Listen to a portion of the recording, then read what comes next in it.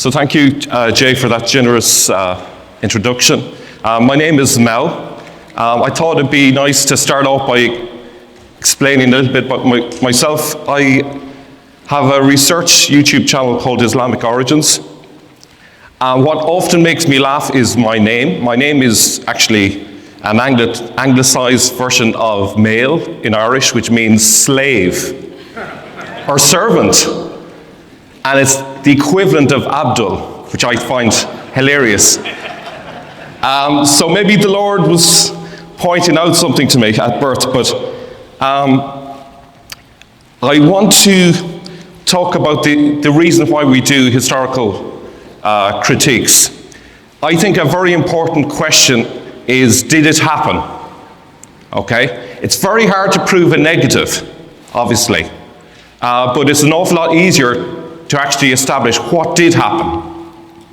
So I'm going to give you a lot of evidence today, exactly what happened, but I'm not going to use hearsay. Everything I'm going to share with you is from primary sources. Muslims can have their hearsay all they want, but if they went to a court of law, the judge would throw it out and say, that's hearsay, give me witnesses. So I'm going to be giving you witnesses from the outset. I'm going to be sharing with you some humdingers from the beginning, the middle, and the end. There's going to be a lot of things that are going to blow your mind. But what I would like you to do before I begin is I would like you to take everything you know about Islam and leave it at the door. We're going to start from scratch. We're going to start with a blank slate. I'm going to explain to you what actually happened. And I'm going to invite you to consider that what actually happened may be the actual cause of Islam and not the story that you've heard. I'm going to ask you a few questions, and there's a reason I'm going to ask you these questions at the end. So there's going to be a little bit at the end. I'll come back to these questions. I want you to put your hand up if you think there is no God but God. Thankfully, most people believe there's no God but God. Thank you, that's a relief. Because then I would probably think I was in the wrong place. Okay, good. Hands up those of you who think that Jesus is the Messiah. Okay, you're more confident with that one, that's good. And if you've been listening to Paul the last couple of days, hands up if you think that Jesus is the angel of the Lord. Okay, that's good. We're on good track so far. I'll come back to that later. That's going to be a humdinger at the end. So, let's first of all start with the 7th century. If you were back in 680, 690, towards the end of the century, and you were to ask the Jews, what was the most important year of that century? They would say, without question, 617 AD, presuming they used our calendar. And the reason is because their exilarch got killed in Jerusalem in that year. If you ask that same question of the Christians, they would be unanimous. The most important year for them would have been 622. That's a significant year. We'll come back to that. The reason is because that was the year that Heraclius started to conquer against the Sassanids. Easter Sunday, 622, he left Constantinople and fought battle after battle after battle, taking back the lands that the Sassanids had gained. Now, why are those 2 years important? Because what we find in the sources is the year of the Arab sometimes seems to be 617, sometimes 622. The Islamic narrative tells you that the reason that it's 622 is the year of the Arab is because this tale about Muhammad and Mecca and Medina and all that kind of stuff, it's got nothing to do with that. And another thing I'd like to point out, that all the action is happening up where the population, in the Fertile Crescent up in the north.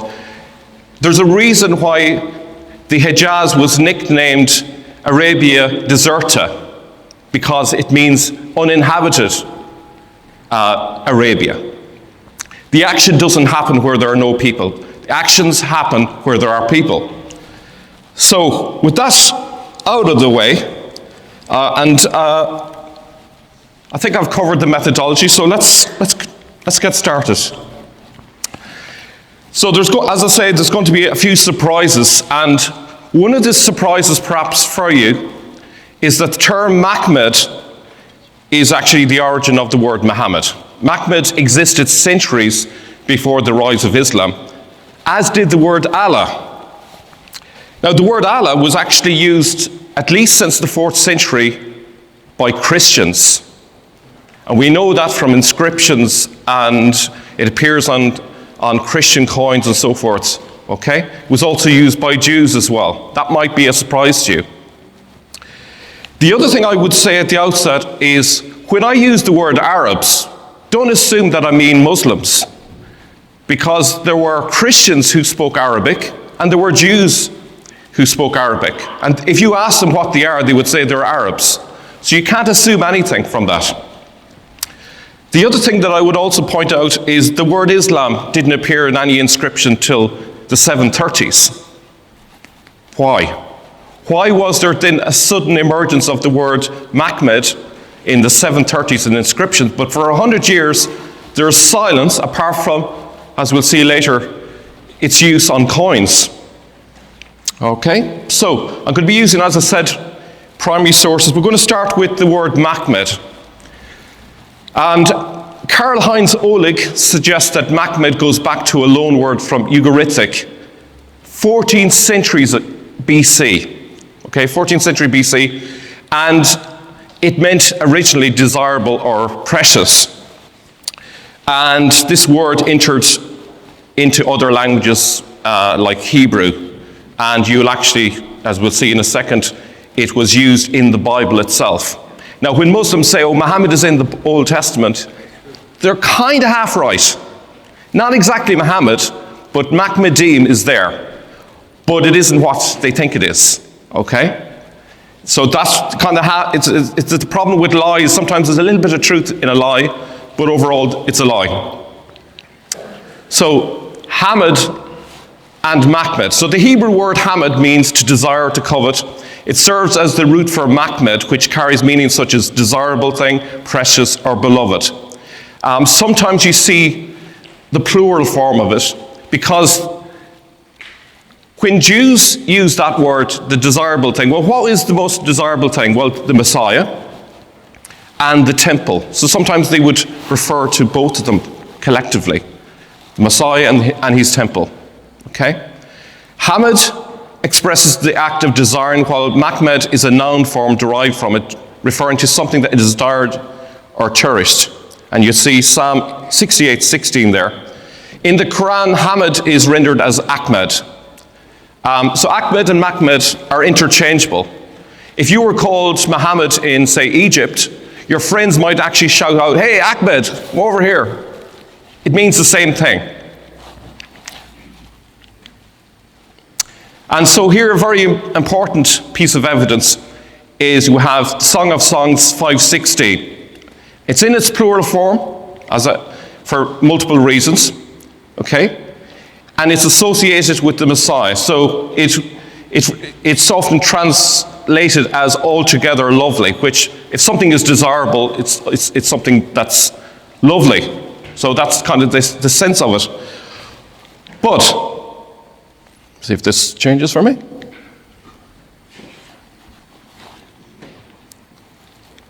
Try one more time. It's stuck. Oh, just need to be patient. I'll go back. Is that right? Okay. Try one more time. Bit like Islam, there's a time lag from, Okay. The time lag it took Islam to write down the stories about Muhammad are incredibly long, as you know, 200 years. If there were a real person and I was there, I definitely would want to write it down a bit quicker than this slide changed.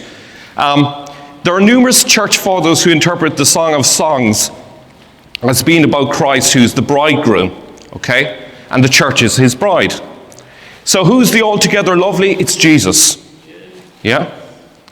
And here are a whole list of church fathers who take that interpretation. Okay? You'll find that the theme of this is all about Jesus. This whole thing is going to be all about Jesus, essentially. Okay, so now we're getting into the 6th century. Jews declared their Mahmad in the 6th century.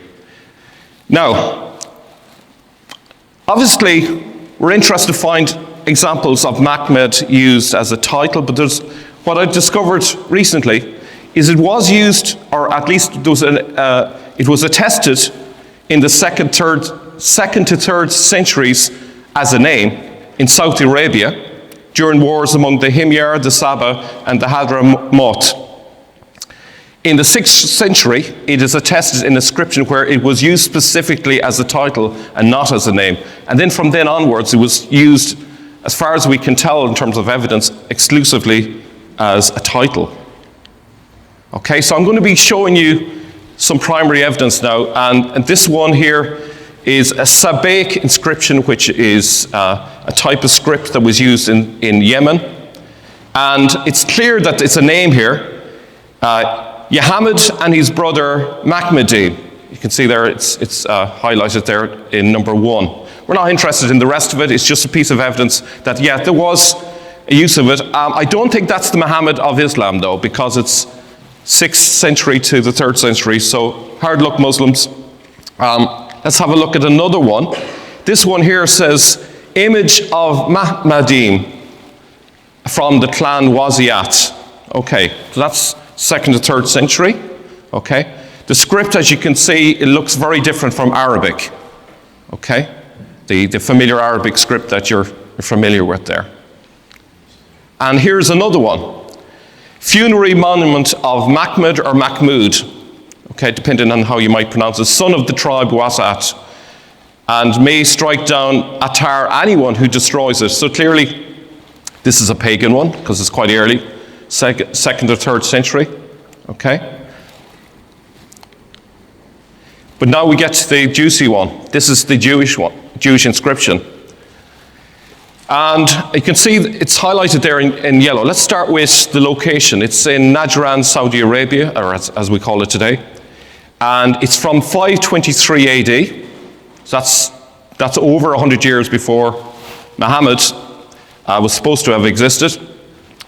And it was done by Jews because it says, by the Lord of Jews, by the Mahmad. So what is the context of this? This commemorates the conquest of the Christian city of Najran by the Jewish king Yusuf of Himyar. This contains praises to their God for their victory. Now what's interesting is Marzutra II, who's the Jewish exarch, that's like the biggest leader in Judaism. He had rebelled against the Sassanians and was punished with crucifixion on the bridge of Mahosa in 520 AD. And then 3 years later, they're doing an inscription saying, Mahmad, why? Because, as we'll see later, Jews consider that to be an apocalyptic event. For their exarch to be killed, that was an apocalyptic event. But they would have had expectations that would have meant to have happened in the years afterwards that didn't happen. So they thought, no, he's not the Messiah. It must be someone else. They thought it was, but no, it's someone else. Okay? I also want to draw your attention to the formalic phrase there, God and his Messiah, right?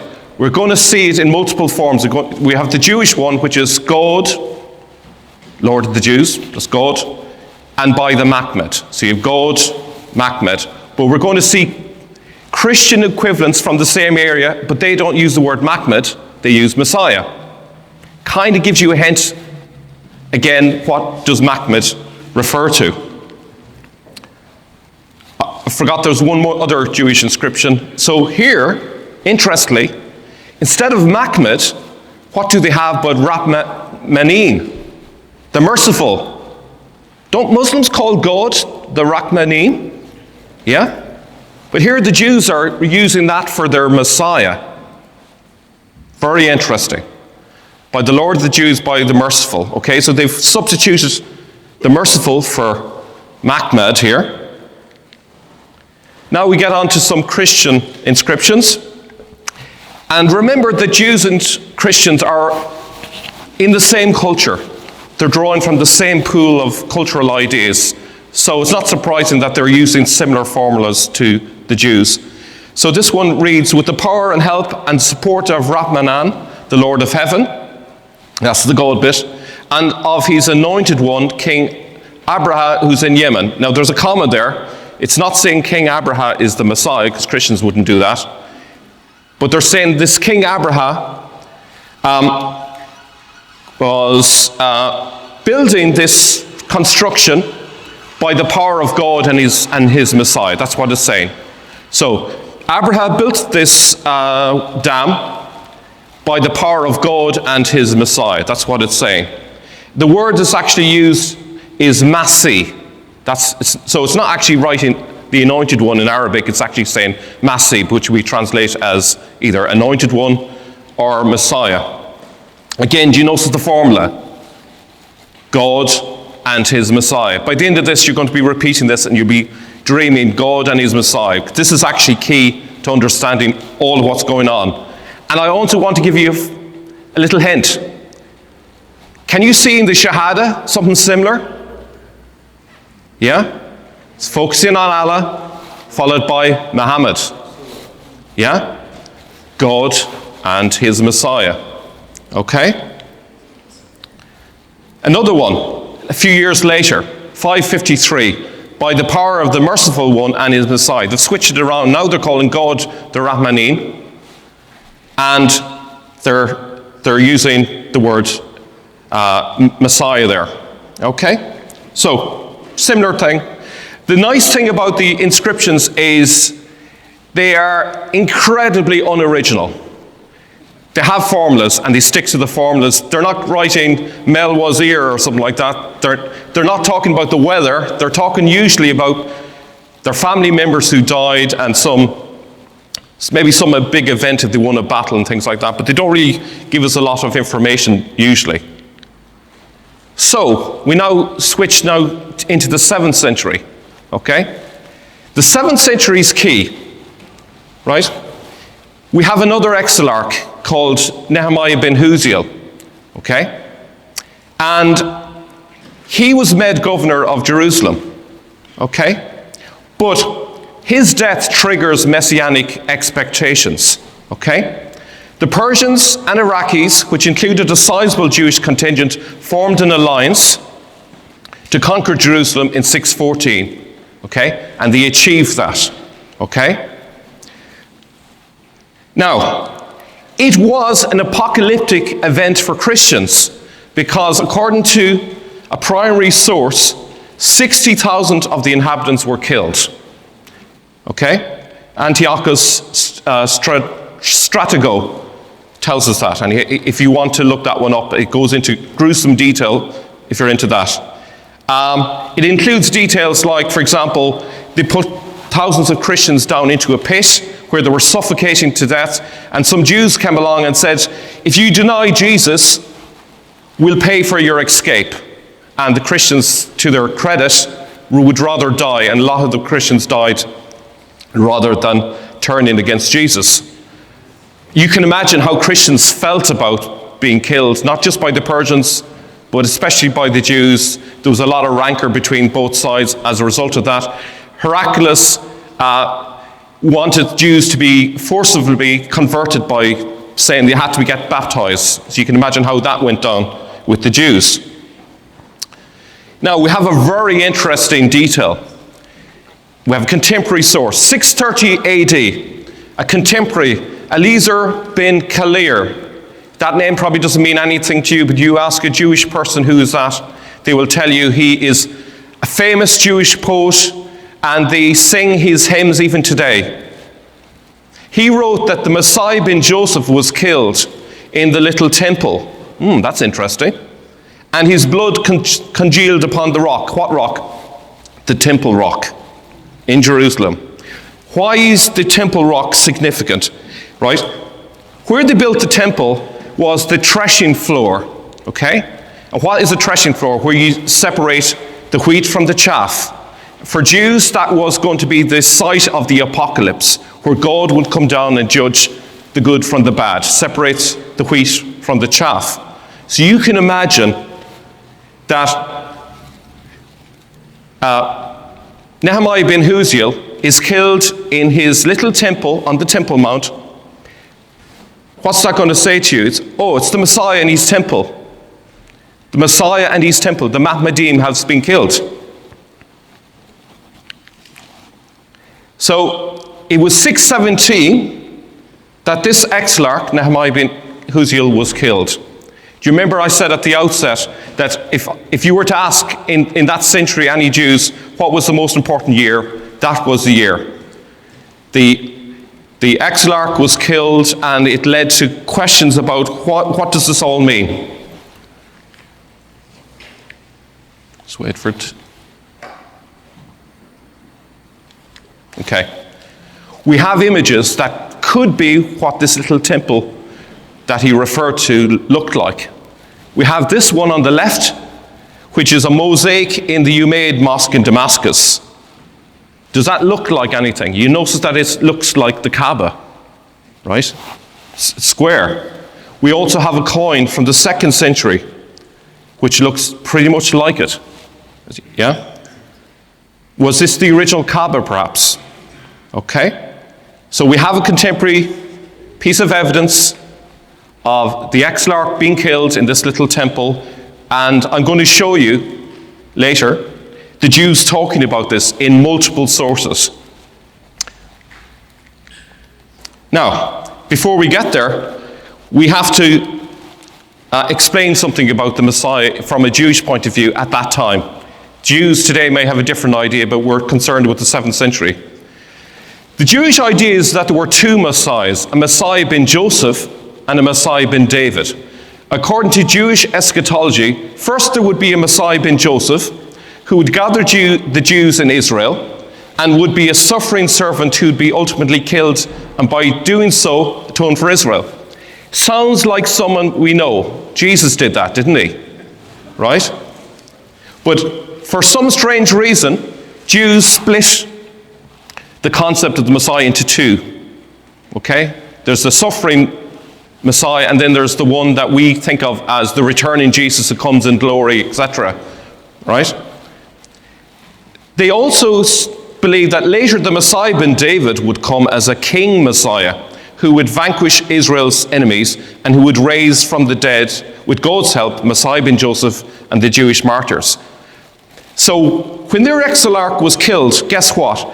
They expected there to be another Messiah coming along pretty soon, yeah, who would sort everything out. And they waited and waited over the decades in the 7th century for that to happen. Now, we have 12 sources which are called apocalyptic midrashim, which were written beginning pre-614 about the Messiah ben Joseph. And then it took off big time after after the exilarch, Nehemiah was killed in 617. So, from the 620s all the way to the 740s, the Midrashim are really clear that exilarch Nehemiah was the Messiah. Okay? But it gives us a great insight into that period that's blank for Islam. Remember that 200-year period? Nothing has been written down. Really? There was something being written down, but it's something totally different. That's why they're not talking about texts that were written down. It's a different story. The story got changed.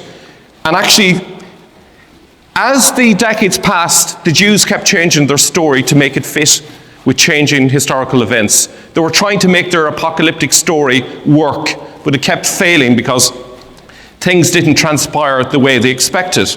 As you can see, there's a lot of them there. I wouldn't possibly go through all of them. But to give you a little taste of it, they almost immediately started changing the historical facts to make it more, coded, let's say. So instead of using the word Heraclius, they called him Armilus, and they had a whole mythology. He was born from the spawn of Satan. Satan had sex with a rock. Does that sound familiar? And basically give birth to Nehemiah. Okay? Right. That's what they believed. It's there in the text. You can read it for yourselves. Okay. He is the anti-Messiah, okay? And it's a bit like the Dajjal in Islam. So he's like the equivalent of the Dajjal. That's the beginning of it there, all right? So let's give it a little taste. So this one, the Midrash Otot HaMashiach, the signs of the Messiah.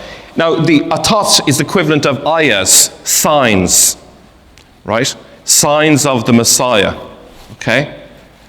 If you didn't get the reference, the Quran is talking about signs, the ayahs, okay? This is written sometime between 617 and 638, and it says clearly, Messiah bin Joseph will appear, and his name is Nehemiah bin Huziel, and with him the tribe of Ephraim, Manasseh, Benjamin, and some of the sons of Gad. I may have missed Manasseh, I probably mispronounced that one, okay? It's written after the fact, but they're writing as if it's a prophecy. I'd love to be able, to do that, with the bookies, after the race is run, say, I know who's going to win, So it's a bit like that. Here's another one. So this one is called Great Palaces. 40 years before Messiah bin David comes, whose name is Menahem bin Amiel, will come Nehemiah bin Huziel, a man of Ephraim bin Joseph, and he will stand forth in Jerusalem and cause all Israel to gather to him there. Okay? So they're expecting another Messiah around 654 AD.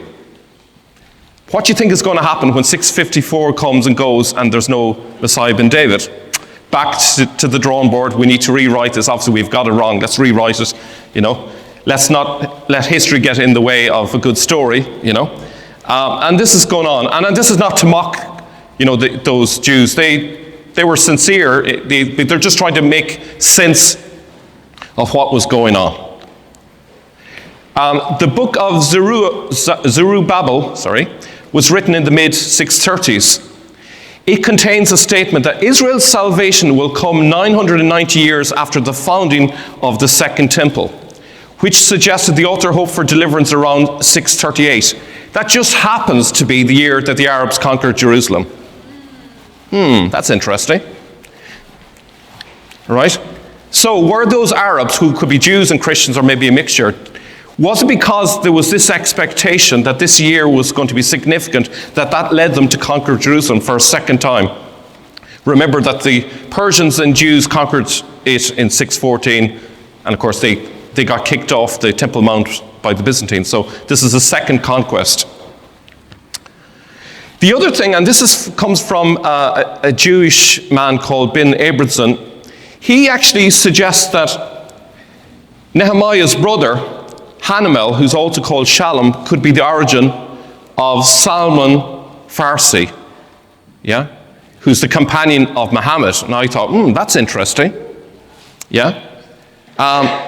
So the only problem was that he didn't come to much, so they probably thought, he might be him, but didn't do much, so he mustn't be the Messiah bin David subsequently. But the expectation is there, and it seems to have come down the line in the Jewish sources. Another more marginal Jewish idea is that there would be 4 craftsmen in the Messianic era. Did I say Jews thought there was going to be 2 messiahs? Let's make that 4. But this is a marginal Jewish point of view. The mainstream was there's going to be 2 messiahs. The marginal one is there's going to be 4 messianic figures, let's call them. Okay? So in addition to Messiah bin Joseph and Messiah bin David, they also expected a prophet, Elijah, and a priest Messiah, the righteous high priest. It's all there. I'm not going to read it. You can see the reference there. And you can see here that this expectation goes way back. There's a common source that's believed to be from 100 BC. So before the time of Jesus, there was this idea that there's going to be 4 craftsmen. And I was thinking, that must be why the Gospels refer to Jesus as the son of a carpenter. Because this was a tradition going around, so they obviously want to show, actually Jesus is fulfilling every single prophecy, even something that was marginal. Now, these 4 craftsmen had different names, as you can see. There's multiple variants there. So you have, for example, Elijah was pretty consistent. King Messiah, Messiah ben David, Redeemer from David is another variant there. Okay? And these are called Bereta, which is an oral tradition that's not found in the Mishnah. So it wasn't mainstream enough to be included in the Mishnah, but still there. And you know how Islam likes things that are a little bit less than mainstream, you know. So what we're thinking about, 4 key figures would need to appear to prove it's the Messianic era. We need to think of 4 people at the beginning of the Messianic era who are going to be like the guides. Okay? We have, in Islam, 4 rightly guided caliphs. We have absolutely no evidence of these people. There's no coins of these people. Okay? Let's look at them. Uthman. Well, he's the one apparently who gives the Quran. Oh, he must be Elijah the prophet. Umar. Well, they call him Al-Faruq, the savior. Oh, that's nice. He's the redeemer. Yeah, fits King Messiah. Abu Bakr. Okay? He's called Al-Sadiq. So actually, Ephraim Messiah, my Sadiq, is found in a Jewish source. So he's got the nickname that's found in a Jewish source. And then Ali, the elevated one, he is the righteous priest. So you have all of them. But all of this is written centuries later. Who can disprove them? They say, these 4 existed, yeah. Yeah. This is the Messianic time, and we are the inheritors of this Messianic period. Okay? But the Christians fight back. Instead of agreeing with the Jews, obviously they're going to disagree. And this is really the topic today, is the fact that there's a debate between the Jewish side and the Christian side. And the key thing there is that they want to say that Muhammad is Jesus. Okay? Let's have a look at the Maronite Chronicle. It's in AG 971, which is the equivalent of 660 AD. Many Arabs gathered at Jerusalem and made Muawiyah king, and he went up and sat down in Golgotha, which is, as you know, the place where Jesus was crucified. He prayed there and went to Gethsemane, where obviously Jesus prayed before being crucified, and he went down to the tomb of the Blessed Mary to pray in it. I ask you honestly, does that sound like a Muslim to you? He placed his throne in Damascus, so he didn't set up in Jerusalem. He set up in Damascus. That's where he decided that's where he's going to rule from. Okay? The Church of the Holy Sepulchre was believed to be on the site of Golgotha. Okay? Muhammad's throne, I would suggest, might be how you might interpret that. I.e., Jesus' throne could indicate Jerusalem. Now, this is a reliable source because it was written only 4 years after the events. Okay? Something I want to point out now, actually. Right, 971 AG, Anno Graecorum, that was the calendar that they typically used. Do you notice we're getting close to the year 1000? Christians are starting to think, oh, there's something big happening. 1000 is a big number. Maybe Jesus is returning in the year 1000. Well, guess what? As they're getting closer, in the 660s, see if this works again. Well, we'll come to that in just a second. We're going to see signs that the Christians are arguing that Jesus is the Messiah that is going to return. Okay? So here is, what was I going to say? I've lost my train of thought. This is Muawiyah's inscription from 663 AD, and it refers to Abdul Allah, servant of God. Christians use that word Allah, so it doesn't mean it's Islamic. And he's referred as the commander of the believers. Now, I wondered for a long time what believers is referring to. And this is purely based on what I've seen, and I can't prove it fully yet, but I believe what is referring to is the Messianic believers. Okay? Those who believe Jesus is going to come. Okay? And let's look at some coins. So, We see here 686, 687, we have Mahmud there on the right, underneath that, what looks like a name, but that's the denomination of it. That's not Muhammad, that is referring to the Messiah. And for good measure, they have a cross above there, there's a cross on the other side of the coin. Okay, we see that all over the place. Here they really went to town on it, loads of crosses everywhere. 679, 691 AD. And here we have a fish, and under it, Mahmud. Okay? It's pretty clear who they think Mahmud is. It's Jesus. Okay? And let me see, is this working here? Oh, I've gone too far. Okay. Let's go a little bit further in time. 815 AD. This is well into the Islamic period now. Mahmud is referred to as the first and the last. Does that sound like someone, did you know? Okay, this is the location here in Jordan. Okay, in the name of God, the compassionate, the merciful, O God, extol Mahmud among the first and bless him among the last. O God, what he has said, consider it true, and whom he has interceded for, and accept the intercession. And it goes into banal stuff there. Let's see if it works here. Let's wait for it. No. Okay, so I believe Mahmud here refers to Jesus, not Muhammad. O God, extol Mahmud. Look at Philippians 2:9-11. Therefore God has highly exalted him and bestowed on him the name that is above every name, so that at the name of Jesus every knee should bow in heaven, on earth, and under the earth, and every tongue confess that Jesus Christ is Lord, to the glory of God the Father. Extol Mahmud. Whom he has interceded for, Romans 8:34. Who is to condemn? Jesus Christ is the one who died, and more than that, who was raised, and who is at the right hand of God, who indeed is interceding for us. Again, it fits with Jesus.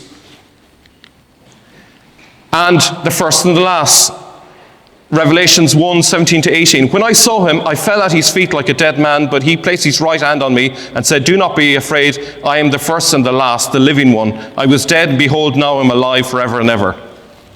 So in every case, you can see how it fits with Jesus. Let's look at the next part of it.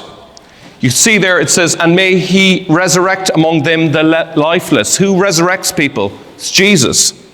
I don't think I've ever heard of a story of Muhammad resurrecting anyone. Maybe Aisha on a heavy night of drinking or something. Oh no, I'm joking. They would never dream of doing such a thing. Now, a note, I'm going to share with you something that it's relatively new, a talisman. Wouldn't it be great if we had an artifact which basically seemed to indicate that Allah and Mahmud and Ali were all the same one? Wouldn't that be amazing? Right? Well, we have that artifact.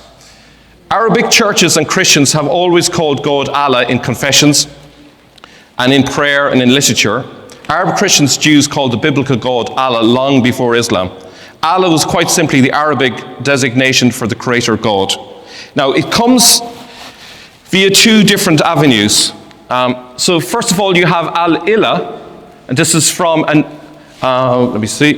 This is from a Christian North Arabian community from Al-Jawf, Saudi Arabia, stated to 548, and mentions the worship of Al-Ilah, okay? In case you're doubtful that it's Christian, there's a cross there at the end, at the very bottom, okay?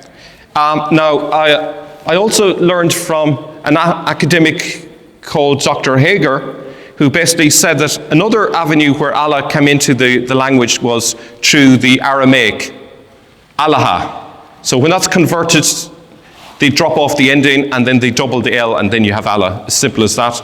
And actually, if you look at the Surah Al-Fatiha, you find both forms of the name there. So you can see where it's coming from. Here's that talisman. It's absolutely amazing. It's saying, Ya Safi, which means, O healer. Who's the healer? Jesus. Ya Allah. Next line. Ya Mahmud. And at the end there, you'll see on that line is Ali. So it's referring to Ali and Mahmed all in the same go. It's referring to, O merciful one, O mercy giver, etc. Okay? And there's also a reference to Dul Fikar. This is a clincher. Talks about Ali being a two-edged sword. Okay? The two-edged sword, if you know your Bible, is the Word of God. Jesus is the two-edged sword. Yeah? I think this alone destroys Islam. Now, Muslims, of course, will say, but it meant a different person. This is all addressed to the same person, or the same one, let's say.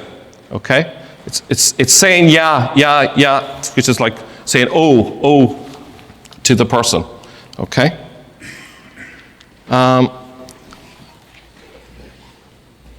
So, hope I'm not going too okay with time. So we're kind of coming to the end of this then. While much remains a mystery, elements from both Christian ideas of the Messiah and Jewish ideas of the Messiah filtered into the Islamic tradition. Because these have got woven together, it can be difficult to untangle it, but it is easy to see that barring took place. The difficulty I have whenever I find a strand, I find another strand, but initially I thought, that contradicts the other one, but it didn't matter. They just tangle it up together, take a little bit from the Jewish tradition, a little bit from the Christian tradition. It's like Mambo number 5, they take a little bit from everywhere, There is no conspiracy. This is not a conspiracy theory, just want to make clear. This is just a natural evolution where ignorance plays a big part in this. People add a little bit of a spin to each thing, and it changes over time. The process was initially a natural evolution, built on ignorance and misunderstandings, resulting in numerous legends as well as that of centralized storytelling via Sirah and Hadiths. Only later was a sin developed to purposely explain away anomalies. Okay.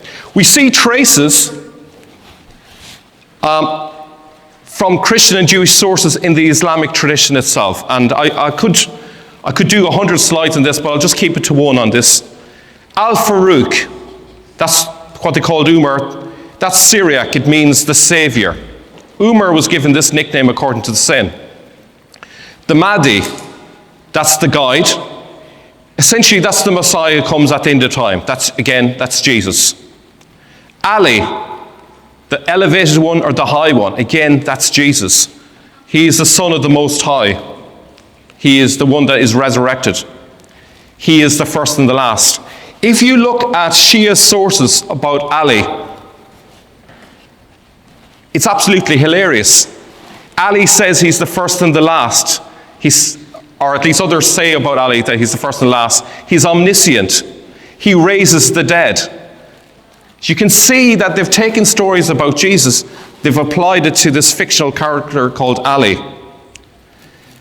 But against all that, people might say, but Muhammad belonged to a tribe called Banu Hashim. Do you remember that? You've heard of that? He's supposed to be from this tribe. I think it's a bit of a coincidence that word Hashim is one of the 7 names for the Messiah. Midrash and Proverbs 19:21, Rabbi Huna counted among the 7 names of the Messiah also Hashim Zidkenu, the name or righteousness. Hashim just literally means the name. It's a Messianic name. It's also a divine title as well. Now, I did say there was a few little surprises coming. So I'm going to start with Muawiyah. Most Muslims would say, well, he's a Muslim, surely, right? Well, I have a source here, the Chronicle of Sirt. And not only do we know his daughter was baptized, we know who the name of the priest was that baptized, and that was Rabban Hudari. Sorry, I'll say that again. Hudawi.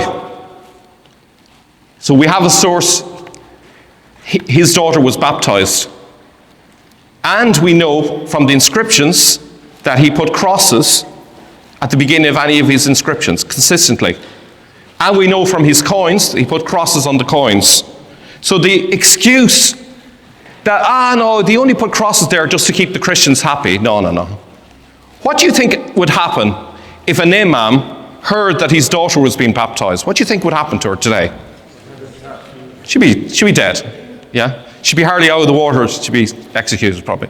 But we have clearly Muawiyah had his daughter baptized. But it gets better. It gets better. What if I told you that Abdul Malik not only asked someone, but paid for churches and monasteries to be built? Yeah? So this is from an account of St. John of Dalem, and it's called Syriac Life. It was the year 700. This saint was in Jerusalem. He was praying, and God put it into his mind to go visit Abdul Malik. When he visited him, Abdul Malik was delighted to see him because his daughter was dying, and he performed a miracle. Abdul Malik was absolutely delighted, and here are what he says. These are words that John has got recorded coming from the mouth of Abdul Malik. Let this holy man build churches and monasteries in our realm wherever he should wish to do so, and let him be given the expenses out of my royal treasury. Does that sound like a Muslim to you? I don't think so. Now, he also went to Hajjaj as well, and Hajjaj had cancer, and it says that he also cured Hajjaj. I don't think Hajjaj would have a problem with Christians after being cured of cancer, but maybe that's just me. I want to talk a little bit about, if we have time, about Abdul Malik's. We've got 5, plenty of time. Okay, so we have Abdul Malik's coins. You know the story you've heard, that Abdul Malik had images on his coins and then got rid of them, and that just proves the case that Islam started around that. Okay, but here's the thing. In the early part of the 690s, 692, Justinian had a special synod called the Penteki Synodos. And at that synod, it was decided that we need to get rid of this Lamb of God stuff that we've been using on our coins, and we need to put the image of Jesus on it. And everyone voted and said, yeah, let's go for that. And what does Abdul Malik do? After Justinian started with an image of Jesus, he puts a full-size image of a man with a beard, with a corded rope, just like Jesus had in the temple, with pomegranates, which are a Davidic sign, and a flaming sword like the angel of the Lord, okay? Like the cherubim even. And he says that Mahmud is the angel of the Lord. But he didn't use the words angel of the Lord, he used Rasul Allah. Rasul Allah is actually angel of the Lord. If you don't believe me, if you go to Surah 737, have a look in your own time, you'll see a reference to Rasul Lana. I've probably mispronounced it. It's the plural of Rasul. And in it, it talks about these Rasuls, if I can use that to make it easier, coming to collect the souls. A human being doesn't come to collect souls, angels do. We also have church fathers that use the phrase angel of God in place of angel of the Lord. It's not that big of a jump. So what's going on? He's obviously fighting against the argument that Nehemiah was the Messiah, and he said, no, Nehemiah, he got killed by a sword. Our Messiah is the angel of the Lord. He existed before the incarnation. Christians win, Jews lose, case closed. That's what he's arguing. That's what he's arguing.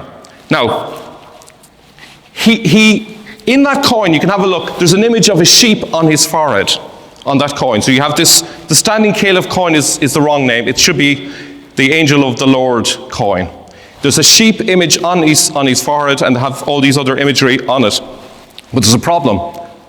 Pope Sergius I didn't sign off on this synod.